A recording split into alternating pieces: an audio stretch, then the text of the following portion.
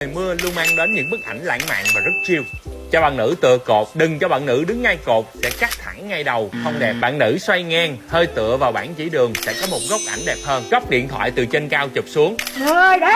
Cho bạn nữ bước qua đường và canh chụp khoảnh khắc tự nhiên nhất. Góc không thấy mặt luôn luôn đẹp. Chụp từ phía sau lưng của bạn nữ.